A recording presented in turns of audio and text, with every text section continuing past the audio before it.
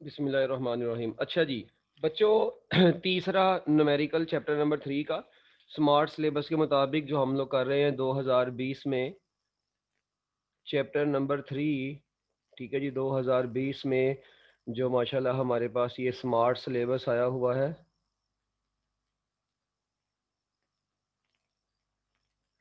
अच्छा जी, उसके सबसे पहला जो न्यूमेरिकल है वो है प्रॉब्लम नंबर 3.3।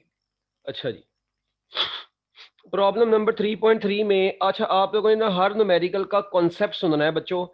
ठीक है, जब आप लोग हर न्यूमेरिकल का कॉन्सेप्ट सुन लेंगे ना, फिर आप लोग उस न्यूमेरिकल को खुद से भी करने के काबिल हो जाएंगे। तो आप लोग अच्छे तरीके से कॉन्सेप्ट सुने और मैक्सिमम न्यूमेरिकल आप लोग खुद से सोल्व करेंगे। मैं आपको सारे कॉन्सेप्ट जरूर बताऊंगा। देखें, कहते हैं जी एक प्रोटॉन है, ये एक प्रोटॉन है, ठीक है जी, मूव कर रहा है किसी पर्टिकुलर स्पीड के साथ। अब जिस स्पीड से ये मूव कर रहा है जी, वो स्पीड है 1 × 10⁻⁷ मीटर पर सेकेंड। 1 × 10⁻⁷ मीटर पर सेकेंड की स्पीड से मूव कर रहा था बच्चों।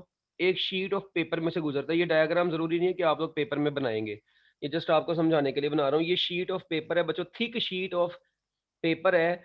और इसमें से निकलने के बाद इस प्रोटॉन की जो स्पीड होगी है, ये शीट में से गुजरा, शीट में से गुजरने के बाद बच्चों इस प्रोटॉन की जो स्पीड हो गई है वो कितनी हो गई है? वो हो गई है 2 × 10⁻⁶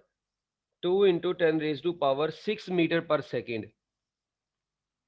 अच्छा जी, ये देखें, ये प्रोटॉन बच्चों मूव कर रहा था एक पर्टिकुलर स्पीड के साथ, इस शीट ऑफ पेपर में से गुजरा, गुजरने के बाद जब यहाँ से बाहर निकला तो बच्चों इसकी फाइनल स्पीड 2 × 10⁻⁶ मीटर पर सेकेंड हो गई है।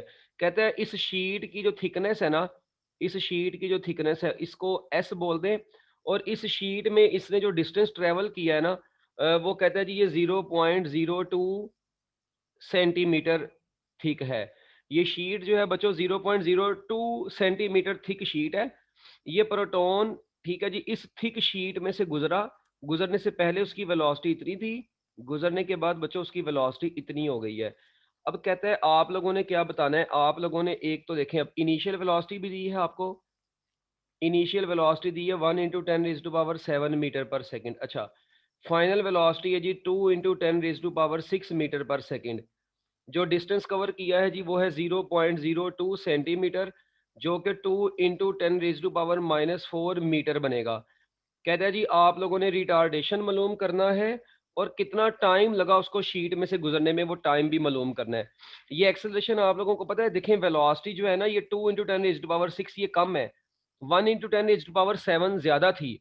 ये अब बच्चे कहते हैं सर ये तो 1 है ये 2 है, नहीं ये बड़ी नहीं होगी। ओ भाई पावर देखें आप, इसकी पावर ज्यादा है तो ओवरऑल ये बड़ी है ये छोटी है, तो ओवरऑल वेलोसिटी कम हुई है, इसका मतलब एक्सेलरेशन नेगेटिव होगा।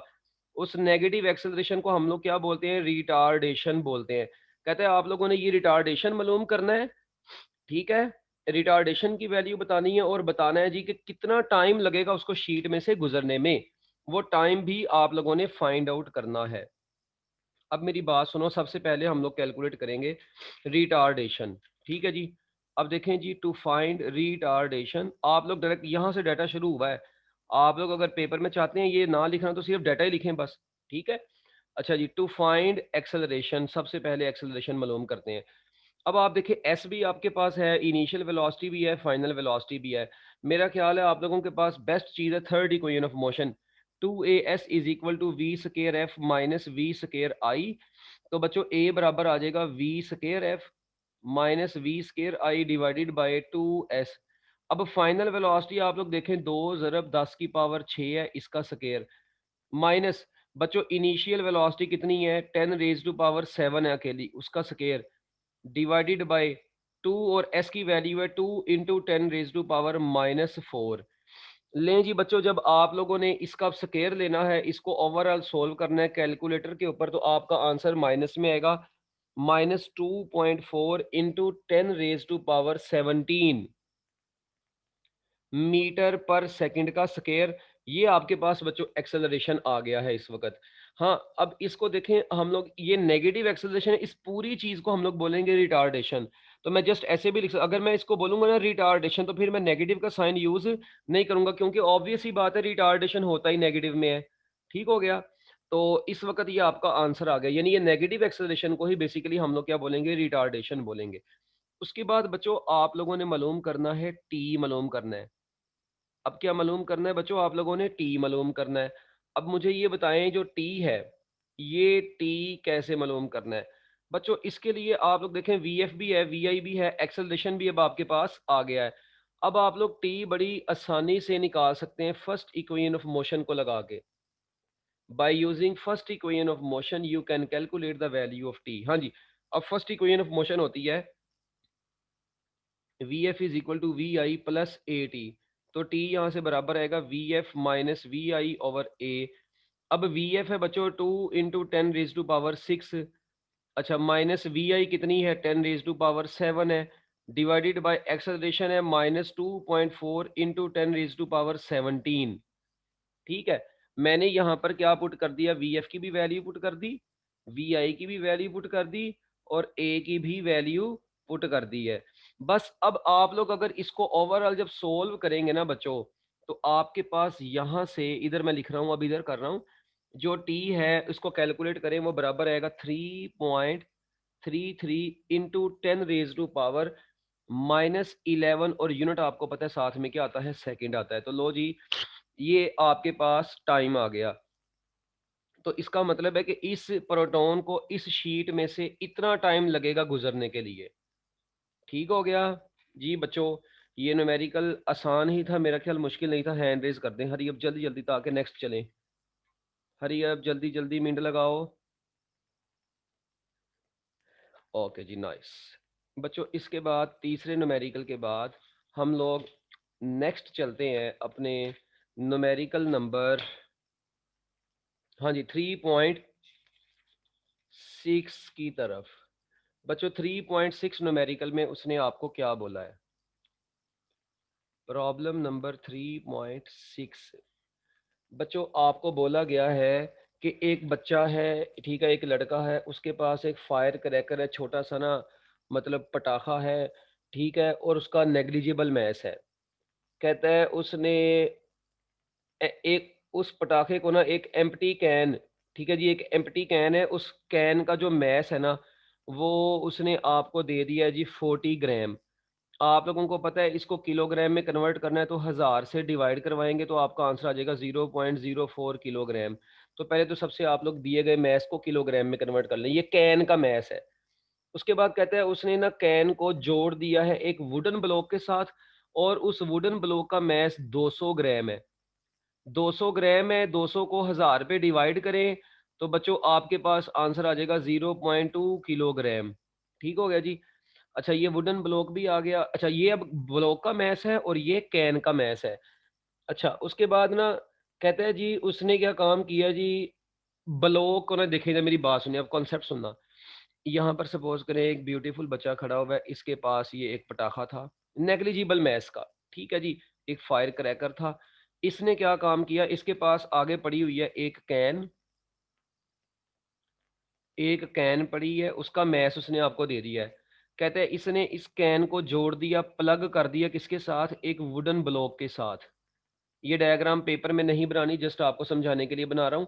अच्छा, जोड़ दिया, प्लग का मतलब होता है जोड़ देना, उसने ना कैन को वुडन ब्लॉक के साथ जोड़ दिया।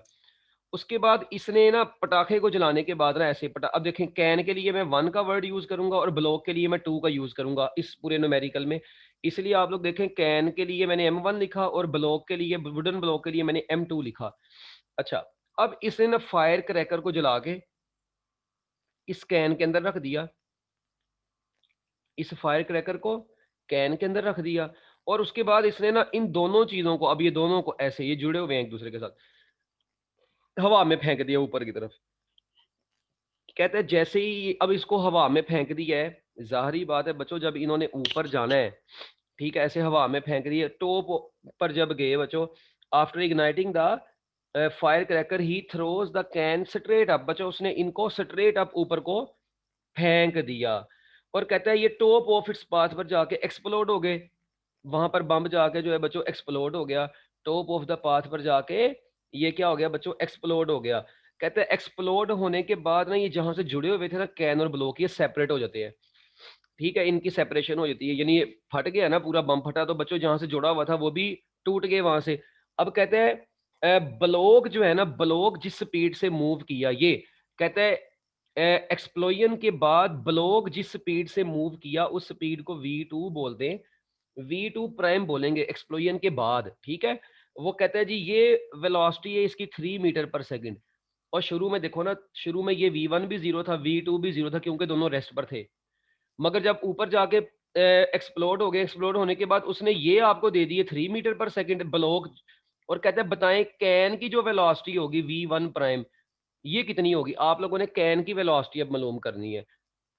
तो एक्सप्लोजन के बाद कैन की वेलोसिटी बताएं, जबकि ब्लॉक की वेलोसिटी 3 मीटर पर सेकंड है। लो जी, अब बच्चों आप लोग यहाँ पर देखें जरा गौर से, बड़ा इंटरेस्टिंग से ये न्यूमेरिकल था। अब आपको पता है बिफोर एक्सप्लोजन, ठीक है जी, टोटल आप लोगों ने पढ़ा हुआ according to law of conservation of momentum, according to LCM, LCM बोले तो law of conservation of momentum. बच्चों law of conservation of momentum के मुताबिक जी, मुझे बताएं क्या मैं ये कह सकता हूं, क्या कह सकता हूं भला। Law of conservation of momentum के मुताबिक total initial momentum before explosion m1v1 plus m2v2 is equal to m1v1 prime plus m2v2 prime. हाँ जी, मैं ऐसे लिख सकता हूँ, बिल्कुल लिख सकता हूँ। अच्छा अब देखें, आप लोग देखें ये V1 और V2 तो जीरो है, तो बच्चों ये पूरी चीज वैसे ही जीरो होगी, तो ये बाकी बच गया m1v1 prime plus m2v2 prime बच गया ना। ठीक है, तो आप लोग यहाँ पे डाटा में लिख सकते हैं V1 is equal to V2 is equal to zero before explosion. ठीक है जी, बिफोर एक्सप्लोजन, बिफोर एक्सप्लोजन। बच्चों ये ओवरऑल इनकी वेलोसिटी क्या है, जीरो है। ठीक है, अच्छा अब यहां से आप लोगों ने क्या निकालना है, V1 प्राइम निकालना है। मैं ऐसे लिख सकता हूं m1v1 prime is equal to minus m2v2 prime, बिल्कुल लिख सकता हूं। तो बच्चों यहां से V1 प्राइम बराबर आ गया minus m2v2 prime over m1। लें जी, ये आपके पास V1 प्राइम आ गया है। ठीक है, अब मेरी बात सुने, V1 प्राइम है, अब माइनस यहाँ पर M2 किसके बराबर है, M2 है 0.2, M1 कितना है 0.04, और बच्चों V2 प्राइम कितना है, वो है 3। तो जब आप लोग बच्चों इसको सोल्व करेंगे, सोल्व करने के बाद आपके पास फाइनल आंसर आ जाएगा -15 मीटर पर सेकंड। बच्चों अब इसमें जो नेगेटिव का साइन आया है वो क्या शो करता है, याद रखिएगा बच्चों, ये नेगेटिव का साइन यहाँ पर ये शो कर रहा है, negative sign shows that can will shoot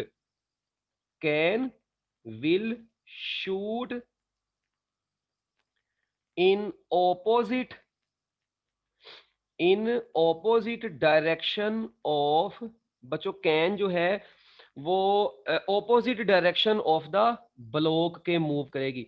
यानी जब इन्होंने सेपरेट होना है तो कहता है ये दोनों एक दूसरे के ऑपोजिट मूव करेंगे, नेगेटिव का साइन ये शो कर रहा है। तो लो जी बच्चों, ये अब ना अक्सर बच्चे कहते हैं सर हमारी बुक में नेगेटिव का साइन तो लिखा नहीं हुआ, जिस तरह पिछला भी न्यूमेरिकल था किसी में भी। तो बच्चों आप लोगों ने उसे परेशान नहीं होना, आप लोगों का आंसर अगर नेगेटिव में है तो नीचे नेगेटिव की सिग्निफिकेंस लिख दें, बस बात खत्म। तो लो जी बच्चों, ये आप लोगों का छोटा सा न्यूमेरिकल था, 3.6 भी डन। हैंड रेज कर दें, हरी अब जल्दी जल्दी। Okay nice. लो जी बच्चों, इसके बाद 3.7 की तरफ हम लोग चलते हैं। प्रॉब्लम नंबर 3.7 में क्या कहा गया है आपको बच्चों, प्रॉब्लम नंबर 3.7 छोटा सा न्यूमेरिकल है। एक इलेक्ट्रॉन है बच्चों, एक इलेक्ट्रॉन है, वो ट्रेवल कर रहा है किस स्पीड से, 2 × 10⁻⁷ मीटर पर सेकंड की स्पीड पर ट्रेवल कर रहा है, और इसका जो मैस है वो 9.1 × 10⁻31 kg है। अच्छा, और जिस स्पीड से ये ट्रेवल कर रहा है वो स्पीड है 2 × 10⁻7 मीटर पर सेकंड। ये नहीं, मैं डाटा लिख रहा हूँ साथ साथ, इलेक्ट्रॉन का मैस भी दे दिया और स्पीड भी दे दी जिस स्पीड से ये मूव कर रहा है, ये स्पीड v1 है। अच्छा, कहता है ये जाके इसकी हेड्स ऑन कोलिजन हुई, हेड्स ऑन कोलिजन से मुराद देखें इनके सेंटर को मिलाने वाली लाइन जो है ना वो सेम है, तो बिल्कुल ये जाके ऐसे इसे टक्कर हुई है, इसकी हेड्स ऑन कोलिजन हुई है। अच्छा, कहता है जी कोलिजन जब हुई है तो हुई किससे है, एक प्रोटॉन से हुई है। किससे हुई है, हाइड्रोजन एटम। ठीक है, हाइड्रोजन एटम से हुई है, और हाइड्रोजन एटम का जो मैस है वो उसने दे दिया 1.67 इंटू 10⁻⁻27 किलोग्राम। और ये बेचारा बैठा किस हालत में था, ये रेस्ट की हालत में बैठा हुआ था। इसकी वेलोसिटी क्या थी, जीरो थी। अब जरा डाटा देखें कितना जबरदस्त है। कहते हैं कि इलेक्ट्रॉन था, उसका मैस इतना, उसकी स्पीड इतनी है। वो आके उसकी कोलिजन हुई, हेड जोन कोलिजन हुई और इलास्टिक कोलिजन हुई यहाँ पर। तो कहते हैं आके इसकी कोलिजन हुई एक प्रोटॉन से या हाइड्रोजन एटम से। हाइड्रोजन एटम का मैस इतना और हाइड्रोजन एटम किसकी हालत में बैठा हुआ था, वो रेस्ट की हालत में था। कहते हैं सपोज करें अब इन दोनों के दरमियान में जो कोलिजन हुई है वो परफेक्टली इलास्टिक कोलिजन हुई है।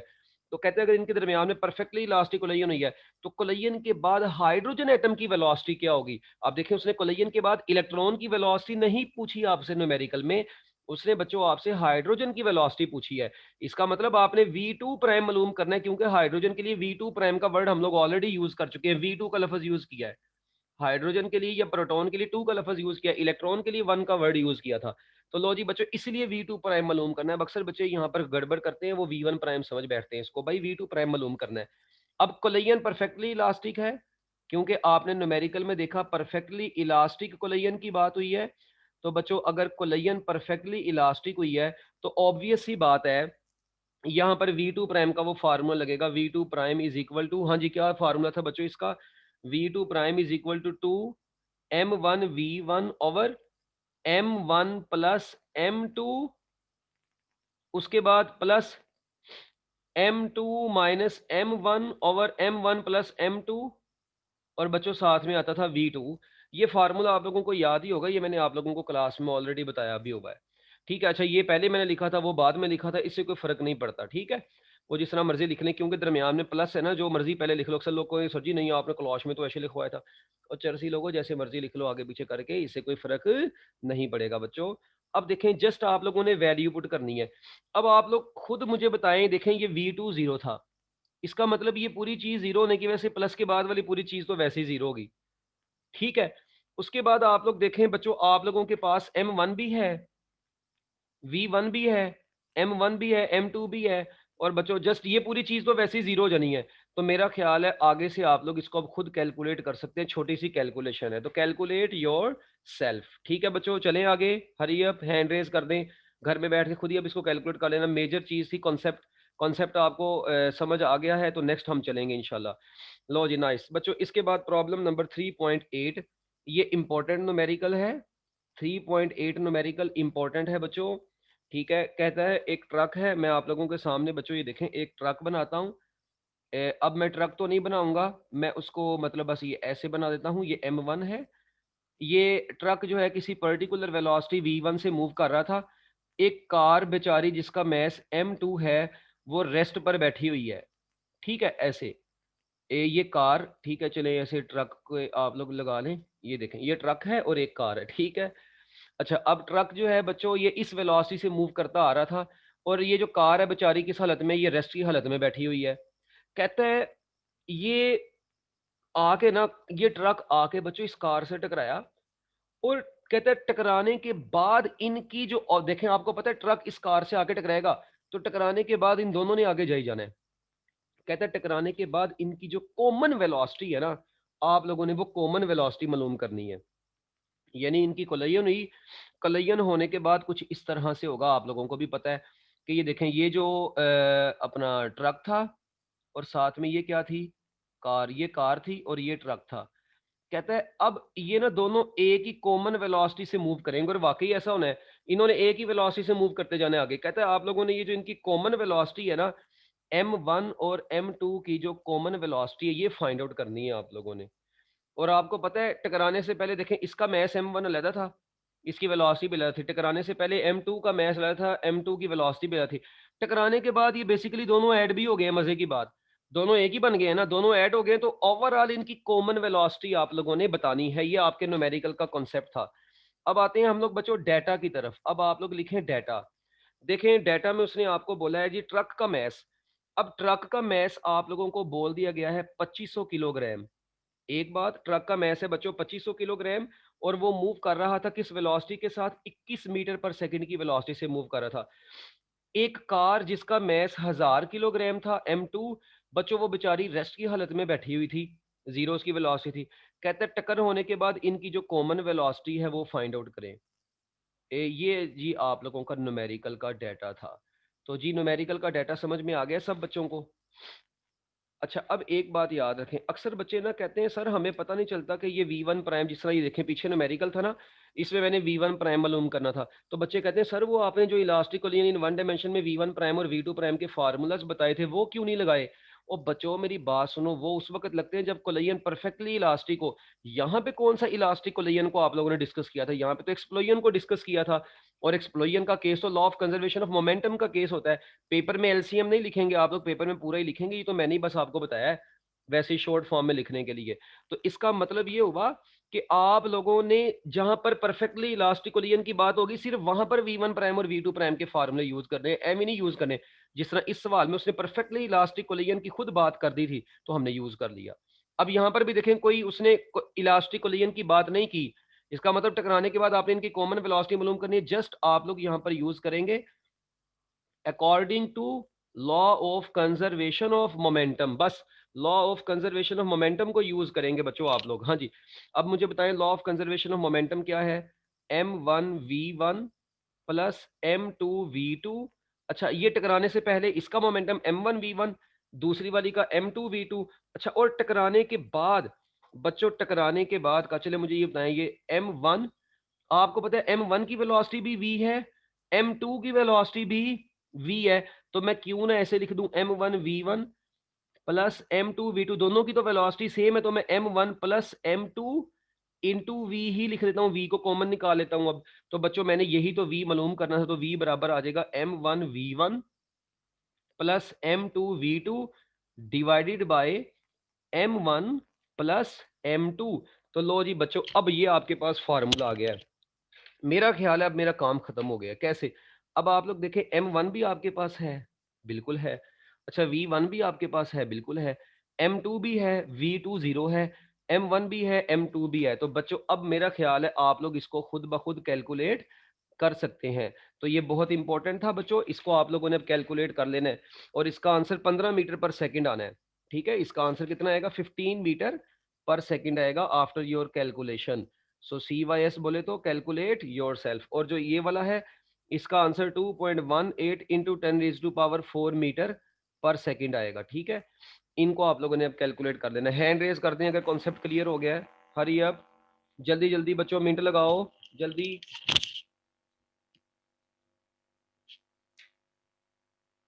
हाँ जी,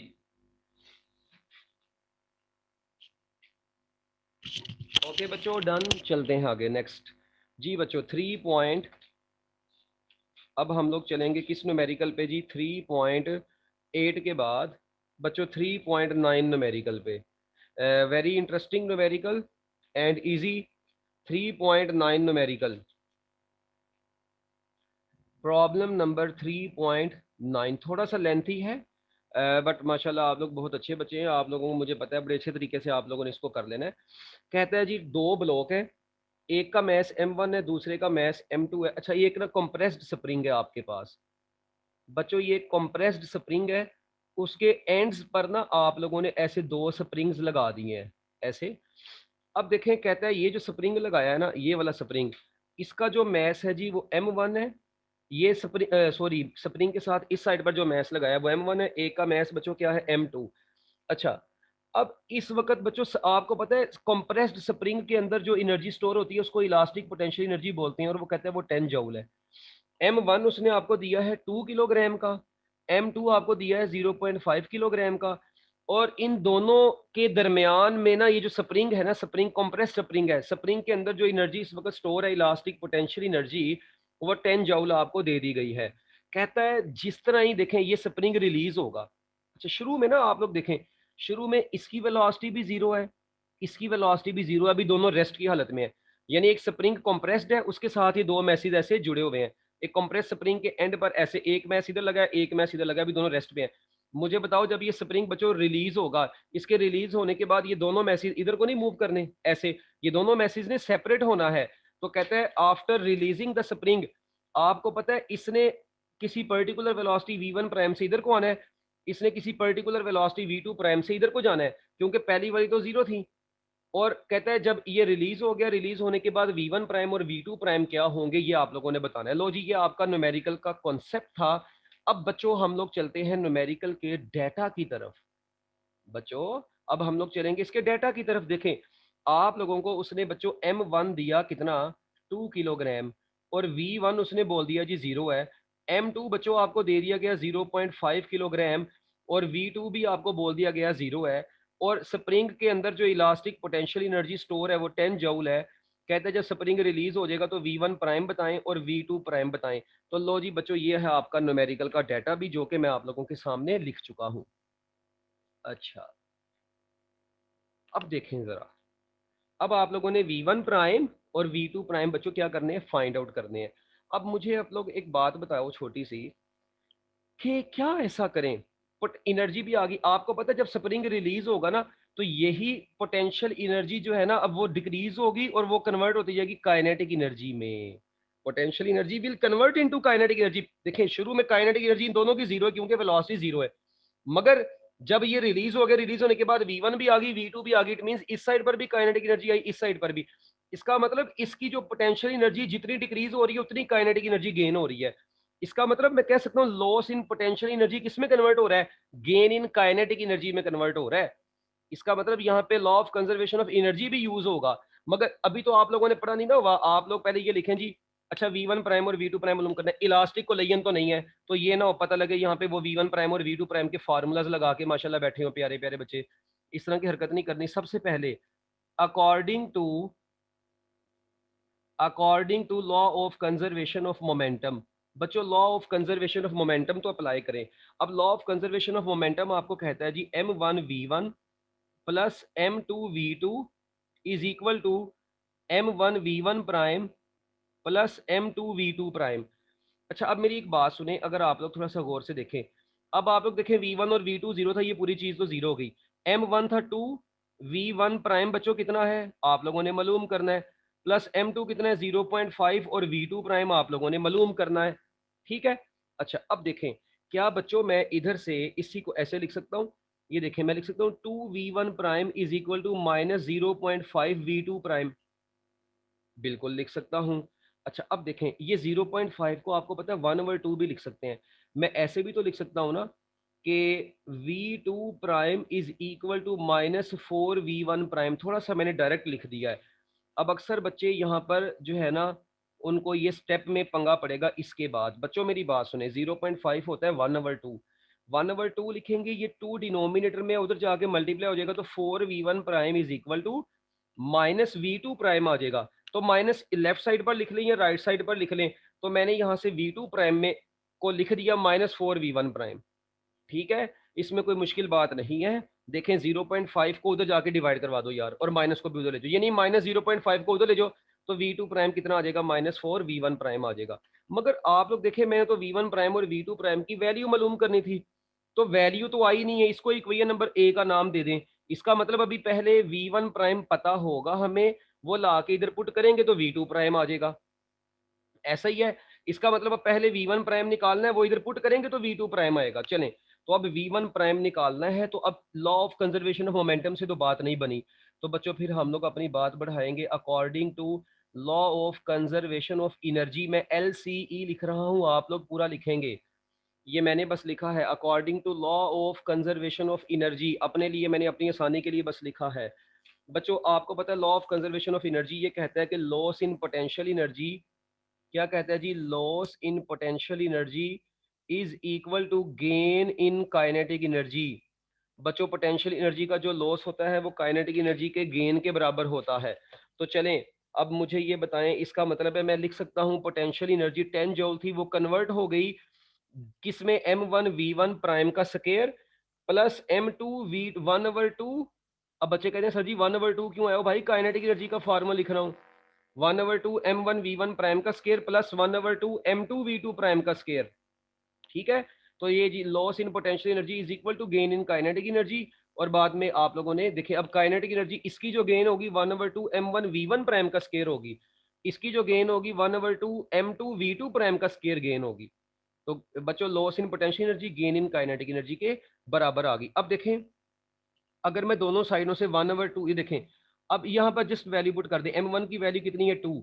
अब ये v1 प्राइम का स्केयर अपनी जगह पर रहने दो, प्लस 1/2, m2 की वैल्यू कितनी है 0.5। और बच्चों v2 प्राइम, मजे की बात देखें, v2 प्राइम है -4, v1 प्राइम इसका भी स्केयर आ गया।